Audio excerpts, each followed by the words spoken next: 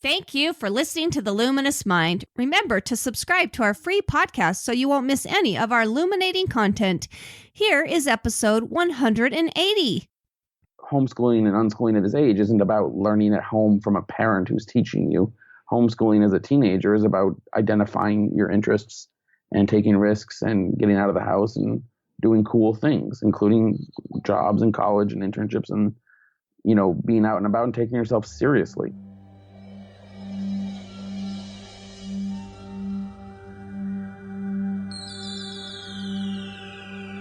Benjamin Franklin once said, "Do not curse the darkness, rather light a candle instead."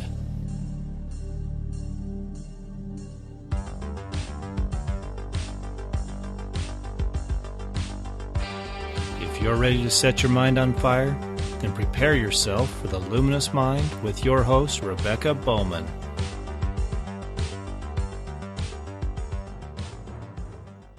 Today's fire starter is Ken Danford. Ken is the co-founder and executive director of Northstar, self-directed learning for teens.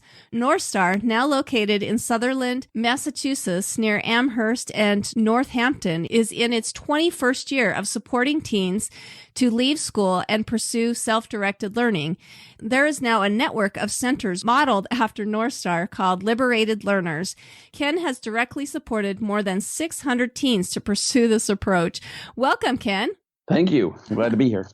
That's awesome. Before we get started on, how you created Northstar and the vision behind that, would you please tell our audience a little bit more about yourself? Sure. I currently live in Western Mass, in a town called Montague. I grew up in Cleveland, Ohio. My parents still live there. It's still kind of a home base for me. I'm one of the people who's very happy about the Cleveland Cavaliers' victory this past year. And currently, I'm married. I have two children who are 20 and 18, neither of whom used Northstar in their educational careers. Both have been mostly through public school. I'm not sure what else you want to know. Here I am. Awesome. Well, that's interesting that your own children didn't, attend this, because sometimes when we have kids, it kind of pushes us, it helps us desire somewhat of a better education for them. But let's talk a little bit about that, what your journey looked like that led you to discover what you love to do. Sure. Well, my journey begins with really liking school in Shaker Heights, Ohio, and becoming a teacher for idealistic reasons. I had very good mentors and a very good experience in the public school there, and I thought that some way I might contribute to that or reform it, and perhaps even become the Secretary of Education, which evidently I'm not going to do. But along the way, I felt very different as a teacher. I taught first in Prince George's County, Maryland, and then, which was quite hard, and then I moved. But I liked a lot of the kids. The school was a little bit overwhelmed. And then I moved up to Amherst in a school that was not overwhelmed. It was just unnecessarily strict and rigid. I felt I was not enjoying myself. I was harming kids. There were a lot of kids who were going through the motions, doing whatever they had to do to get the grades that they wanted, and just waiting to pass through the system. And I was discouraged that I couldn't find a better way to work with teens. And not only were they not inspired, I had to argue with them about hats and bathroom passes and tardiness and the things that a teacher has to argue about. And so I wasn't really having much fun trying to get kids to do the things that I was supposed to get them to do, even though I liked most of the kids and I think most of the kids liked me. It just didn't feel very meaningful.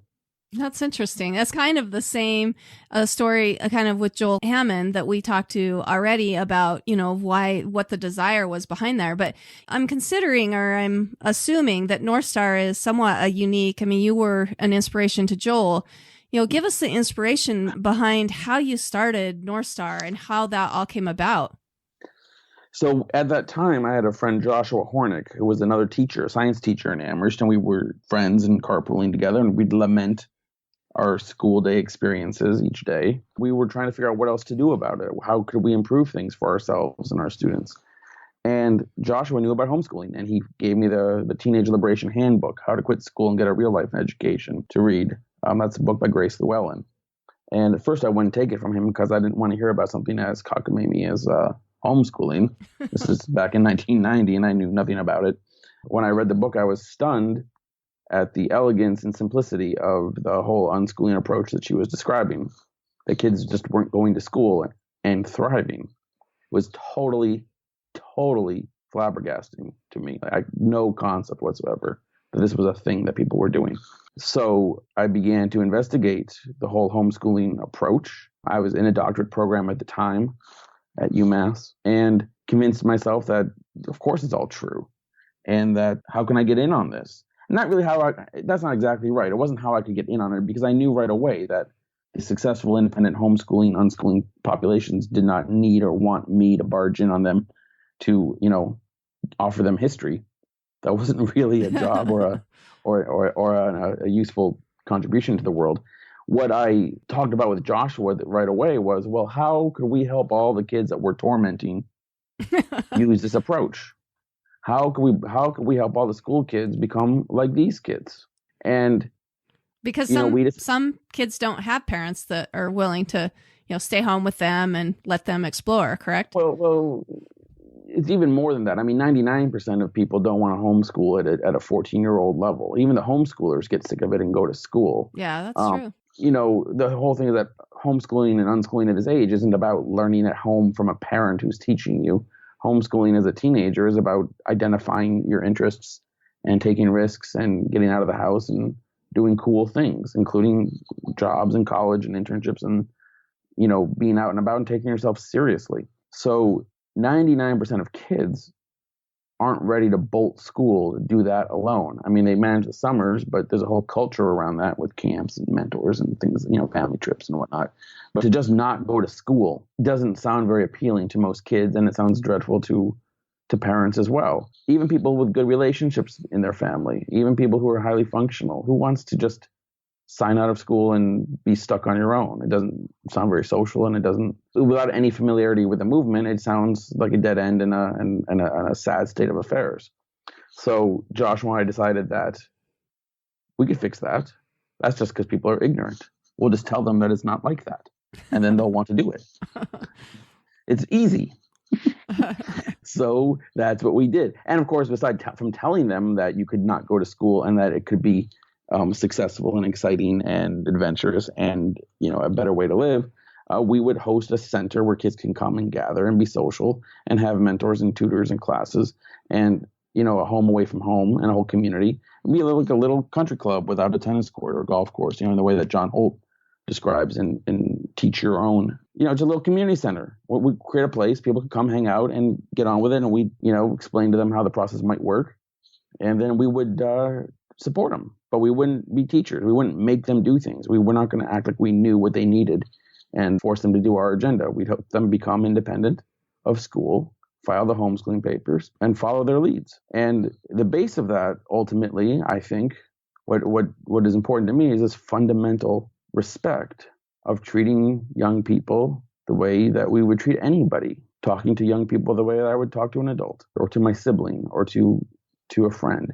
They're still young people, but they're not needing me to boss them around and get them to do the right thing. And so the fundamental part of the approach is giving kids options, considering their interests, and taking no for an answer. Well, and as an educator, I mean, this is such a different idea, I would imagine, for you to come to this idea that you don't have to be bossing them around, that they will eventually learn type of thing. I think it's interesting when you go on North Star's website, and maybe we can talk about this a little bit more, but, you mentioned that a lot of homeschoolers even go back to school. And the reason why is because they're afraid that they won't be able to get into college. They won't be able to find a great job. They won't be able to, live this wonderful life that we're all told we need with school. But if you go on North Star's website, you will see, in bold letters, learning is natural, school is optional. If you choose to leave school, you can go to college, find meaningful work, fulfill your dreams, and have a great life. How did you come to this type of philosophy, and what have you learned about helping students get to college? Well, I just learned that it's true. I think that the learning is natural, school is optional. Is one of my great claims of life, one of my great accomplishments of life is to create that pithy slogan. I'm proud of that. It just became obvious that was true, that school is optional.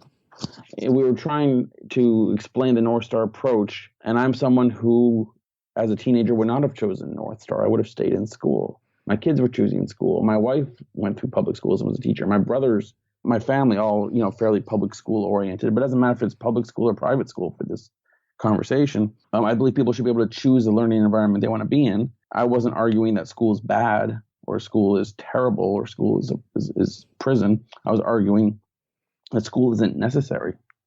School is one way to go about your childhood and teenage life, but it's not the only way. And so it's an option. And once you can see it that way, well, there's a shift in perspective. Well, let's kind of move on. I mean, you talked about how, you just thought that you could go out and just say, you don't need to go to school and that things would just, people are like, oh, okay. And just come along to this idea.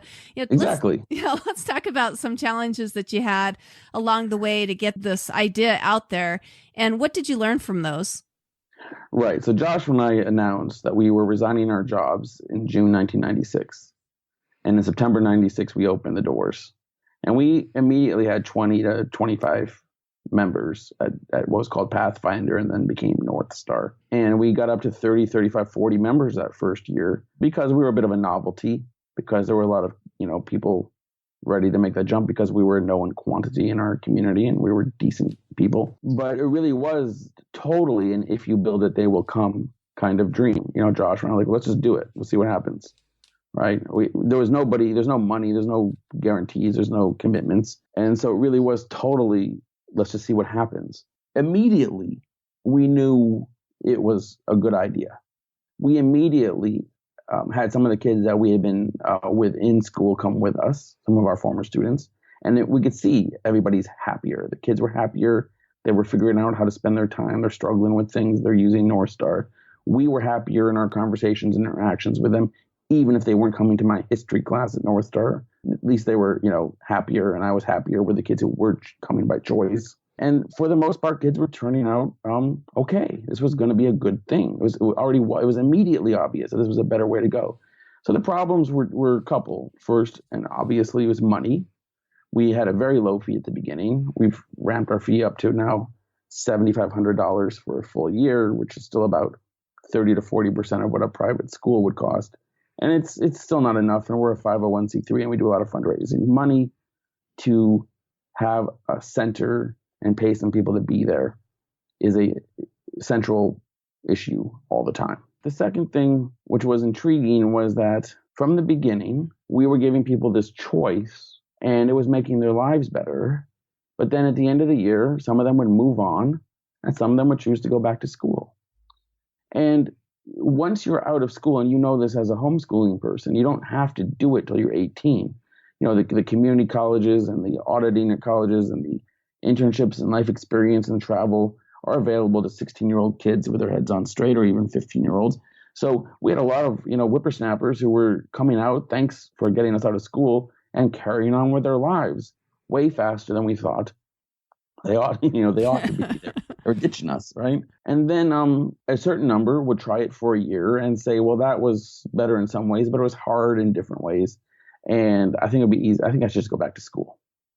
And some of them go to a different school. Most of them would go to a different school than the one they left, but they would go to a charter school or a different public school or even a private school. But sometimes this homeschooling thing isn't all it's cracked up to be. And it's stressful for kids and stressful for parents. And sometimes people choose, it's like a self-employed person who had quit a job and then says, can I have my 40-hour-a-week job back? I think I should just do that right now. It's just too much indefinite stress here. Am I getting sometimes when they're used, all of a sudden they can map their own way, that's also challenging to them, because is that what I'm getting? Like sometimes they like to go back where people are just telling them what to do because it's easier. Is that what I'm getting from what you're saying? Exactly. There's a huge misunderstanding of what we're doing as offering kids the easy way out. Here, you loser, quit school if you don't like it. I know they're giving you a hard time, but you can just have a shortcut and get out of there, right? Which, is a misrepresentation of how we say it and what we do, but it's a misunderstanding. Frankly, leaving school is much harder. It's calling attention to oneself. It's making yourself accountable. It's judging for yourself whether you're feeling useful or productive. It's declaring your own interests. It's taking risks. It's moving forward at your own pace. It's much easier just to keep your head low, go to school, get your C's and D's and pass, and wait till 18. And don't, if you opt out of school what do you think the family's going to say to you at Thanksgiving when you get there? And everybody's like, oh, you smarty pants, you're too smart for school. What are you doing with your life? Right? Yeah. You have to be on the defensive all the time. And I'm sure you've experienced that. So the important conclusion is it's certainly not the easy way out. No one's trying to give anybody an easy way out. It's a better way to live for some people. It's totally awesome for the kids who want to do it. And sometimes kids want to do it for a year or two and then go back to a different school, but go back to that different model. That's okay. I've come to respect that and accept that. And in fact, most of the staff at North Star have children who at various times have homeschooled or unschooled and then, chosen school and then maybe stayed in school or not. It's a common pattern, just like it is in the homeschooling community without North Star, where a lot of independent homeschoolers will at some point experiment with a school just to see what they're missing or to see if they can handle it or not. This whole self-directed learning process is awesome, but it's also hard. Yeah. I love kind of what you're saying too, is that sometimes it just has to come to our mindset of changing and going, okay, this isn't going to look the same for every person. And that, we need to respect them as people and make that choice without getting, I would imagine, like if you start the center and you're having an awesome time and then all of a sudden they want to leave, that would feel almost a personal, like, what, what didn't you like about, Yeah, in the article that's coming out this week with the Alliance for Self-Directed Education, we divided the assessment of alumni into two parts. One is the alumni who, when they left North Star, moved on to young adulthood.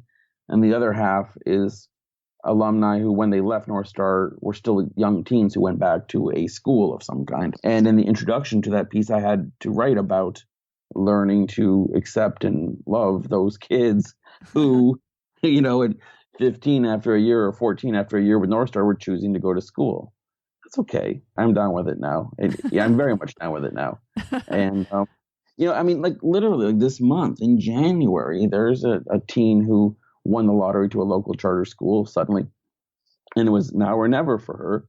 And she needs to go explore it. And I can't be more in support of that. She's exploring her options and she needs to know whether for a 4-year opportunity that charter school might have something to offer her. So we helped her get out of a 7th grade rut. She was with North Star for 7th, 8th, part of 9th. And now she's exploring this month, suddenly newly, a 9th grade school. Well, you know what? I feel good about that. I'm proud of that. Well, and you have changed her paradigm of what things can look like too, that maybe those experiences that she had with you will follow, through with the rest of her life and affect her in a different way than she would have if she wouldn't have had that experience. Absolutely. We can dissect that a little more. Yes, she's now in 9th grade by choice. She has a backup plan that if she starts feeling claustrophobic and stressed or bored, she knows what alternative is, and she knows we exist and who we are. And quite frankly, if this young woman had gone straight from 6th or 7th grade to that charter school without a year out in between, she probably, on her own words and her mother's words, would not have succeeded, at that transition because she was struggling at that point. And the couple years out have been really healthy for her. Yeah.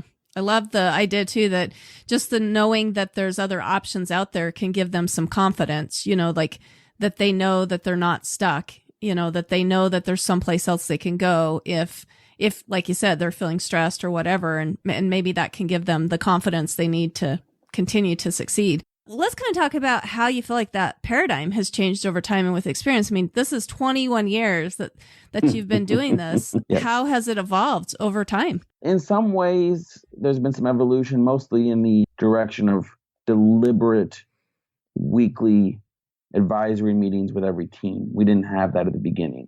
So having a staff member meet with every team every week to see how things are going or how might we be more useful is a structure we didn't used to have. But I am somewhat pleased, I think, mostly to tell you that every Pathfinder member from the first year from 21 years ago who walks in to North Star today would know where they are. It's 4 buildings later. It's totally almost different staff. There's a few people still connected from year 1 at North Star, but the vibe is very similar. The way that adults interact with kids is still very similar. That people coming and going all day and with their food and with the different times and going up and down to classes and tutorials and sitting in the common room. It's very familiar. Our specific model, I think, is pretty simple, and it's a pretty good idea. So I wouldn't say that that part has changed. I think that our confidence in coaching people is stronger than ever.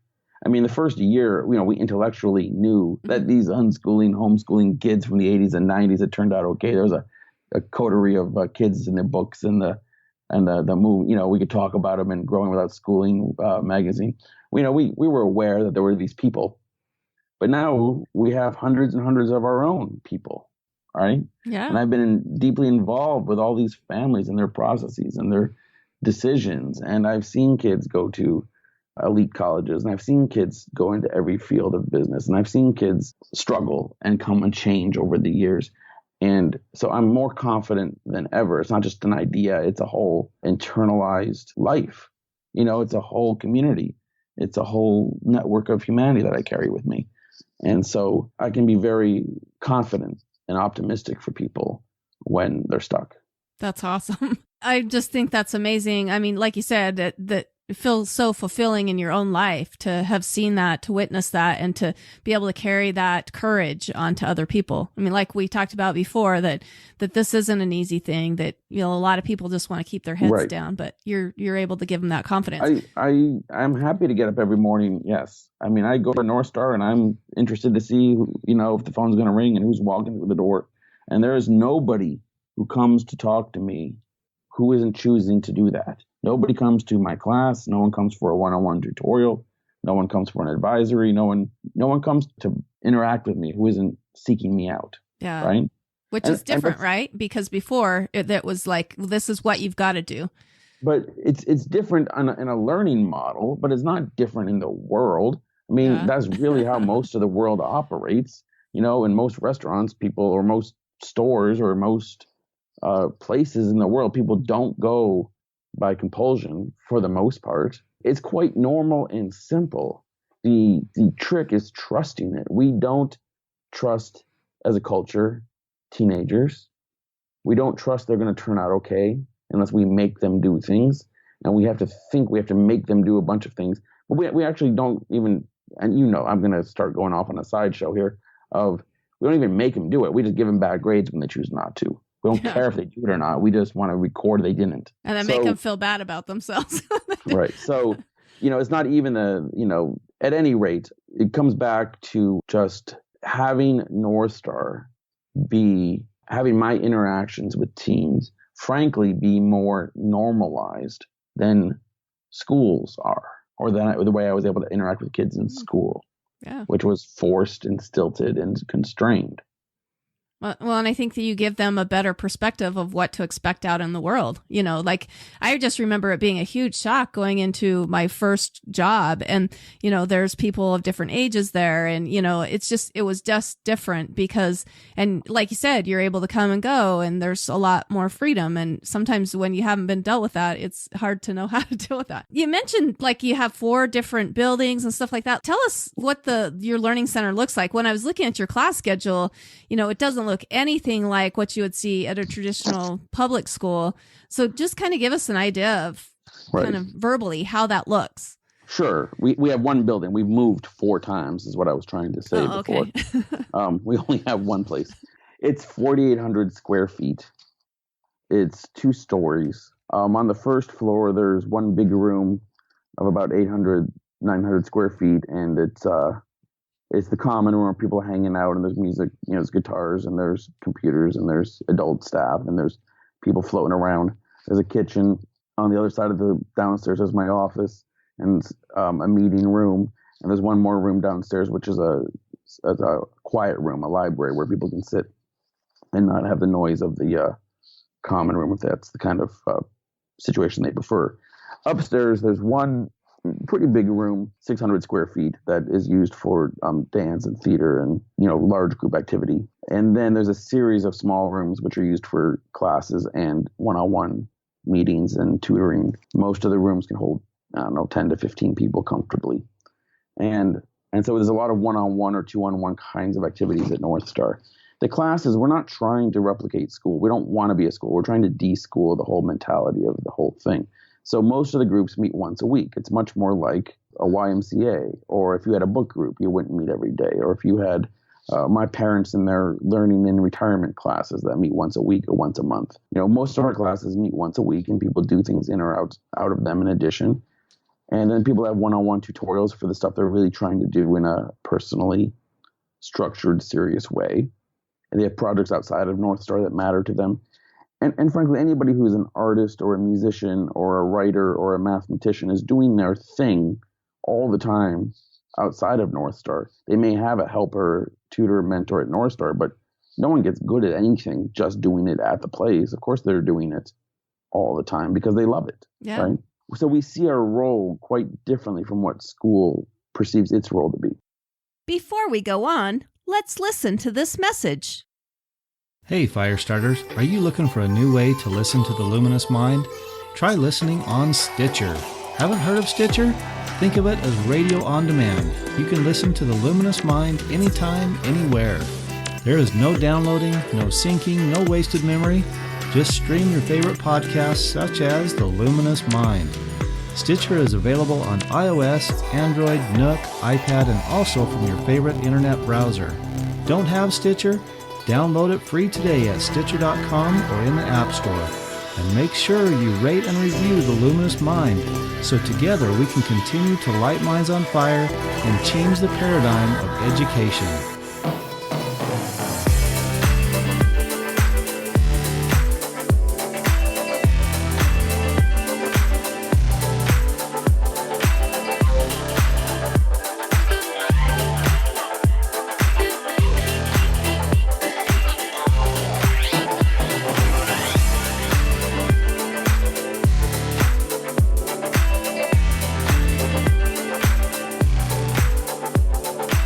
Welcome back to The Luminous Mind with Ken Danford, who's giving others a model to follow.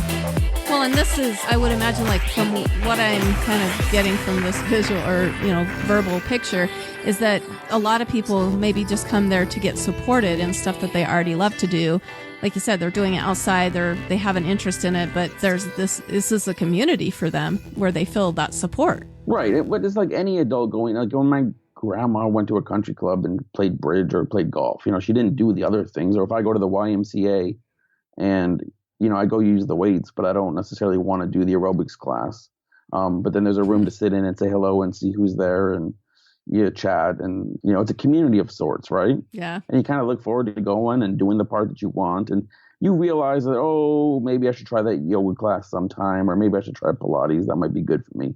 But I haven't yet, and I don't know if I want to go up there on Sunday or not. So what's available, you use the parts that you like, and it's one part of what you do. It's not the only thing you do, right? Yeah. But, you can't get in shape and have a healthy life and a healthy body by simply going to the gym or the YMCA 3 times a week and doing nothing else in between. Sitting there. Right? Yeah. Independent. It's a whole lifestyle you're working for, right? And North Star's like that. We're trying to encourage kids to take responsibility for themselves, dream big, take yourself seriously, make music, make your art, do your photography, play on your computer, read a book, do the things you love, get outside every day. Use North Star as much or as little as you want, and use it for the parts that you want.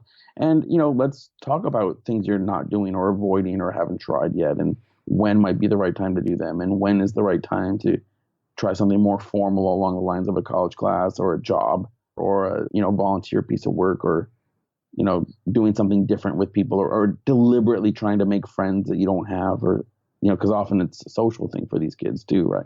We have a lot of kids who are coming to North Star from school, haven't felt bullied or with anxiety or depression or something, and making a safe community where people can experiment simply talking to other kids is a huge, huge gift. Yeah. I love the idea that you've put out there, that you're there to support them. And is that why you've done the mentoring, where every week you're meeting one-on-one with each student, is to just find out where they're at and how you can help them? Well, yeah, the honest truth is partly in self-defense. We finally figured out that North Star is going to be better, and we're going to be better and happier if we actually know what kids are doing and what they want and what they like and what they don't. And it's okay to ask them once a week. Yeah. If we just wait for kids to come to us and they're discouraged or dissatisfied, or they have a class they don't like, or the tutor isn't that good, or they don't come on Thursdays because some other kid was doing something stupid. But we never deliberately sit down with them and we wait for them to come to us. What happens is kids withdraw from North Star and go elsewhere, right? Yeah, they don't feel loved or supported. Being in on it with them is important. And these advisory meetings are conversational. It's us asking them, so what are you up to this week? How's it going? Anything new, anything different? Some of them last 5 minutes because the kids aren't that keen on it. And some of them last for an hour because the kids love them, right? Mm-hmm. It depends on the advisor and the teen and the moment. But deliberately asking, so how's it going? And is there anything else you want from us? Anything new this week? That's a good thing to structure for our own purposes. In fact, I laugh at the kids sometimes if they're busy and I'm interrupting them from some social event. I'm like, well, it's time for advisory. And, I know it's more for me than for you, but come on, come meet with me for 5 minutes. Tell me what's going on, right? And it's kind of funny when I just acknowledge that this meeting is more for me than for you. But I would say, yeah. Right? I mean, I'm the director, for God's sake. I'm like, and I have to be some kid's advisor, and I'm like, well, I just need to do this. I know I'm not going to help you, but you're helping me. Come on, give me 5 minutes. But I think that it would create retention in students, and then also, that they're getting that support, like it would help them feel a little more connected and not that they're just off doing whatever and no one really cares or understands or is trying to help them. But right. And I would say that in the past, before we instituted that kind of relationship with kids that was structured and deliberate, it wasn't that kids felt like, we didn't care. It's just that they would just drift off. That's just the outcome that would happen. It's like if I go to the Y and no one ever talks to me and there's no structure to everybody check in, which there isn't, people just drift off and stop going and go elsewhere. That happens in normal humanity. If we don't want that to happen, we should structure something around there. Yeah. Awesome. To make ourselves more aware of how kids are doing. Well, we've kind of touched a little bit on the successes, and you've mentioned the study that Peter Gray is doing with the alumni of your school. But let's talk about some of those successes. Just to clarify, of your he center. Didn't do it. I did it. I just gave it to him to proofread, and he made some suggestions. Oh, okay. That's awesome. I don't want him on the hook for it. But what I've chosen to do is release it through the Alliance. Instead of just publishing it myself or through the North Star website or through the Liberated Learners Network, I'm enthused by the Alliance for Self-Directed Education and their new network. And I thought that passing them this article would be a good way to release it. And in doing so, getting Peter's advice in reading it and formatting it and, making it more meaningful has been very helpful. So I appreciate that. That's awesome. Well, tell me what those studies, what came about with that.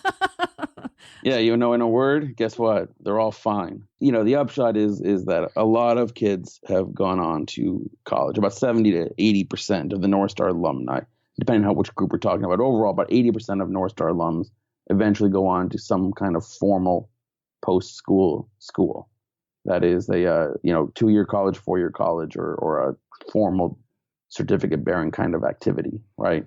The 20% who don't get around to that are working, and about half of them are self-employed and doing interesting things, and about half are doing what are more familiar, just teenage job, working or landscaping or carpentry or things that kids do, working in restaurants for a longer period of time. We divided up, and there's some nuances to it. And like I say, it was divided up between those who left North Star and went back to junior high or high school versus the ones who, when they left North Star, went on to college or work. But in any case, it's pretty positive or very positive. I really enjoy trying to catch up with these alumni and find out where they are now and the steps along the way. It's been redeeming and heartwarming for me. And it's something that has to happen every year to keep up to date with it. And I'm about to launch on this year's alumni update process. But beyond that, what I take as the profound conclusion is that for coaching 600 kids to stop going to school, I've harmed no one. We're not making kids' lives worse. And that's pretty important to me. Yeah. That I didn't feel that way when I was teaching in school. And I thought I was making kids' lives worse a lot of the time. At least some kids' lives worse a lot of the time. When kids come to North Star, I get them out of school, they file the plan, they come to North Star for a while. If it doesn't click, so they go back to school. It's not like somehow by coming to North Star and it not clicking, I've ruined them for life. They can't do anything. Now what? Oh, they're stuck in the gutter because, there's nobody. You can't find anybody like that. It doesn't exist, right? They didn't like school. They tried North Star. They didn't like it, and they moved on to something else, right? Other jobs or work or college. They're not, in a closet somewhere rocking back and forth because that's where they were before they came, for goodness sake. So I'd like to focus on the successes too, where we've had kids go to, all kinds of colleges and all kinds of jobs. And we have people, in careers from home birthing to funeral services is one of my current jokes. You name it. We have alumni doing it now. It's quite normal, other than, I think the alumni carry with them a streak of confidence and optimism that they don't have to settle for life as they find it. They could step outside the bounds of expectations and do something unorthodox, right? They can question the assumptions and the norms.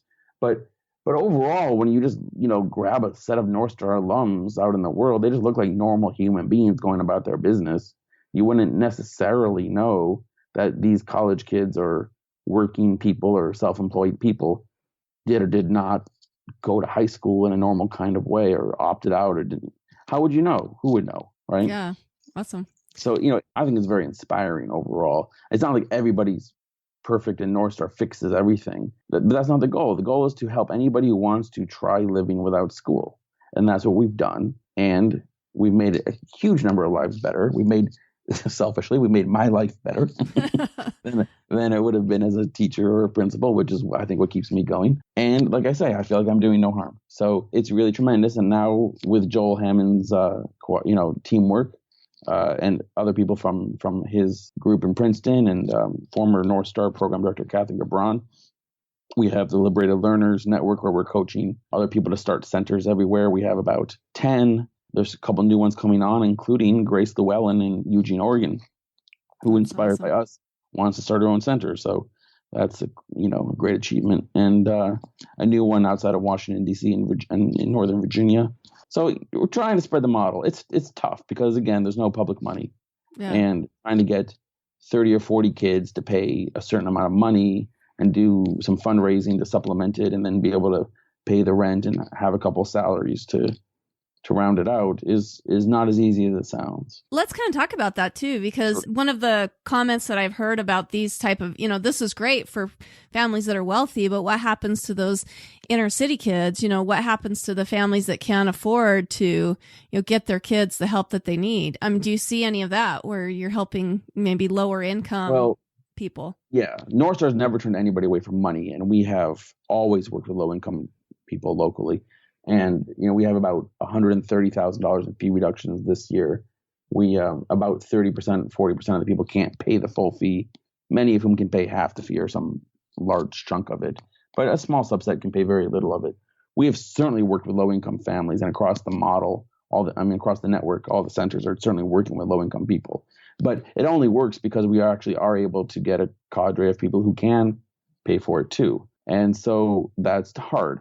To do it in a low-income community requires a different. We have former North Star member, staff person Kathy Gabron, I mentioned a second ago, started a program in Holyoke, Massachusetts, primarily catering to low-income people in Holyoke.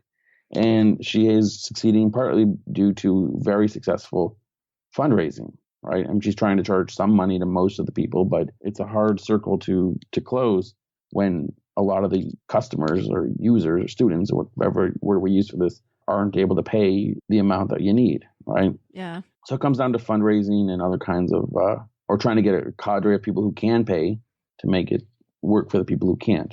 Look, ultimately, I think that I would like to see schools adopt some of what we're saying.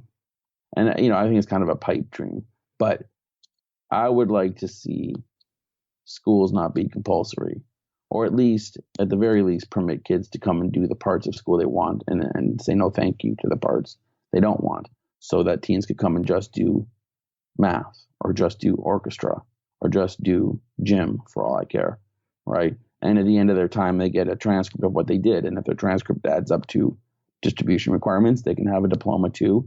And if not, they're encouraged to walk down the hall and go sign up for the GED and use that diploma instead, which is, by the way, 100% useful and satisfactory for things. So I don't think kids trapped in school where they don't want to be. But I think the easiest solution to the whole thing would be to take a school that would already exist with all the resources and chemistry labs and gymnasiums and resources that are and good people teaching in them that it already has, and just allowing people to make choices within there to do the parts they want and to say no thank you to the parts they don't want. Yeah. Well, and I've heard, I've been in the education realm enough or long enough to hear like what those other people would fall behind the cracks. And I think it's just inspiring to hear that, we don't all have, even as adults, there doesn't have to be compulsion for people to want to give to centers, and that, that want to make it happen for kids that are less fortunate. And I think that's a huge myth in our society, that we think if we don't force all of this upon everyone, that it's never going to happen. But we see that happen around us. Yeah, I'm pretty confident that if someone could fund a North Star in a low-income community, if you threw you or me or a useful staff person who knew the community, who's from the community, who people knew and trusted in the community, I don't literally mean you or me in this case then, but if someone could be there if you had the budget for $150,000 with a couple staff members and a space for 25 kids, who all were low income and really couldn't pay very much, paid a little bit perhaps, but mostly not. I'm pretty confident this model would work just perfectly well. I don't think, I'm optimistic enough to think that everybody wants to be good at something. People like learning. People want to master skills. They may not want to master school's list of skills or content because, even though I like history, not everybody does. And not everybody wants to learn what they're supposed to learn from school. But creating a supportive environment, a supportive community where people can take risks and declare interest, I don't think that's a matter of class or economic situation. What do you think these people do? When I was teaching in PG County, these kids had hobbies and interests outside of school. They just didn't school was just chaotic. And in fact, a lot of the kids were just depressed that school was so chaotic that, the handful of kids who really didn't want to be there had enough power to really disrupt significantly. But the vast majority of kids really did want to try their best to get what they could out of it. And outside of school, they had sports and things to do. It's not as bleak as everybody says, but there has to be the funding for the center, and the funding has to permit the taking no for an answer kind of approach that we do, which is a tough sell in these times. Yeah. Well, I think a lot of people would give to different portions too. You have people that really love the arts, maybe some people that really love the sports side of, things, maybe other people that really want to see the English thing flow. I think that, like you said, everyone wants to feel useful, has their own things that they love, and wants to have some sort of progression in their lives. But let's kind of move on to, I feel like we've talked about your legacy and, you're already working with Liberated Learners, trying to get other people are helping other people to start centers like this, but give us maybe some long-term goals and what you see in the future and how that works into your legacy. I think that the goal really is for people to understand that school is less important than we make it out to be. I think that most kids of all ages and most families need a place for kids to go that's safe and welcoming, and a place where their kids are to make friends and to be social. We need the thing that is school, but it doesn't have to be the way that it is. And frankly, the grades and all these credits and all this pressure and all this testing doesn't really add up to very much. And so, there's no correlation between grades and income. There's no correlation between grades and happiness. Or there's no correlation between anything else about school and anything else in life other than maybe freshman year grades in college. So if we could all just relax a little, say, yes, we need community, we need places for kids to go. Parents are working, everybody's not going to homeschool in a traditional sort of homeschooly kind of way. But if we could treat kids with respect and ask them what they want to learn and not try to shove our agendas down their throats and tell them that if they don't do what we say, they're going to be doomed for life, and demonstrate a little more basic respect for kids, that would be the legacy I would like. Very much, I think, in the John Holt legacy. I must have read a lot of John Holt books. He's pretty great. And when by the end of it, when he's talking about youth rights and freedom and beyond and those kinds of things, I think I would like to see myself as a John Holt disciple. Is that fair? That's awesome. No, that is great. And so that if I could influence people to think harder about the way they're interacting with young people and that the structures, not just the way they are within the structure, because the way I interacted with kids within the structure of school wasn't evil. There were some moments where I was pretty stressed, but overall, I was a pretty nice guy, being respectful as best I could with a lot of kids within the school environment. It was pretty good, but that's not the issue. The structure itself wasn't respectful. Yeah. The compulsion of you have to take these credits. Well, and kind of going back to grades, I think sometimes when we teach kids false premises of, they get all wrapped up in their grades, but like you said, that doesn't relate to the rest of life. And so sometimes there's a disconnect there. Sometimes that can do them harm in the future because there's no carrot at the end of the, like we've taken out the idea of like doing something because you love to instead of doing something for a grade or the carrot at the end. And that can have some effects on them later too. Oh, for sure. I think the other most profound book in my adult life after Grace Llewellyn's Teenage Liberation Handbook has been Alfie Cohen's Punished by Rewards. Are you familiar with Punished by Rewards? No, that sounds... Alfie Cohen, Kohn. Interesting. Alfie. Alfie Cohen, Punished by Rewards. Here's a plug for that one. He talks about how extrinsic rewards destroy intrinsic motivation, and he goes through schooling, work, and parenting approaches. And I think it's fascinating, and it's really affected me to a great extent. Asking people, what do you want to do, and accepting their answers and stop being so darn judgmental and so darn needy that they do what I say they should do is where I'm coming from. Yeah, awesome. Well, we had a great conversation, and I feel like you've given us some advice, but maybe do you have any more things that you want to say to our listeners?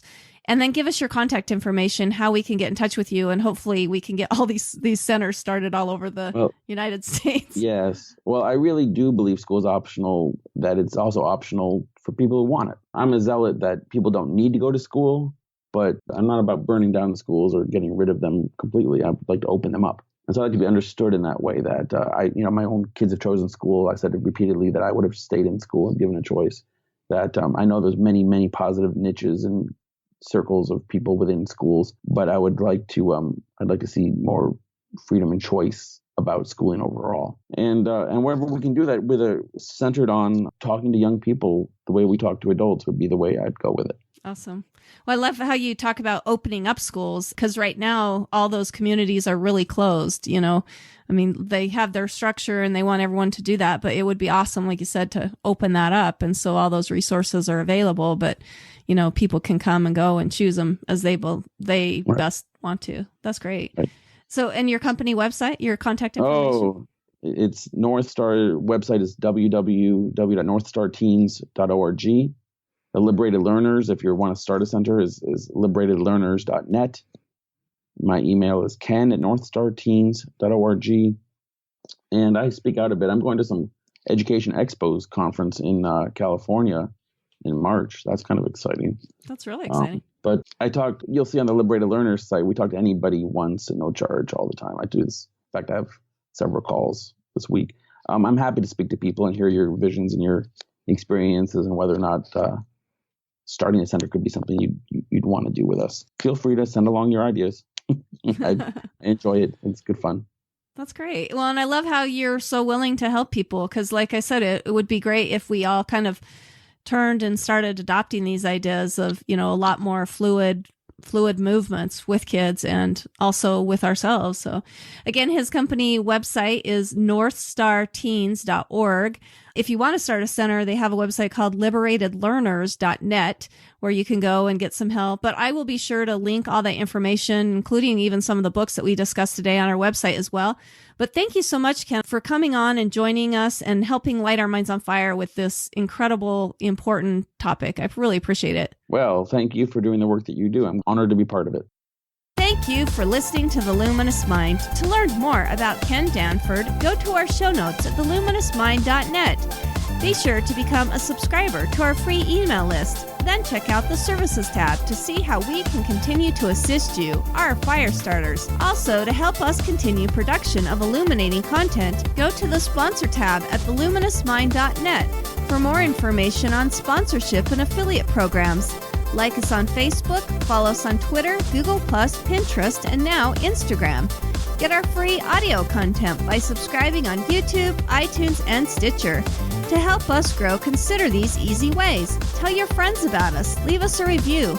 Share our content. Tell us how we can help you so together we can continue to light minds on fire and change the paradigm of education.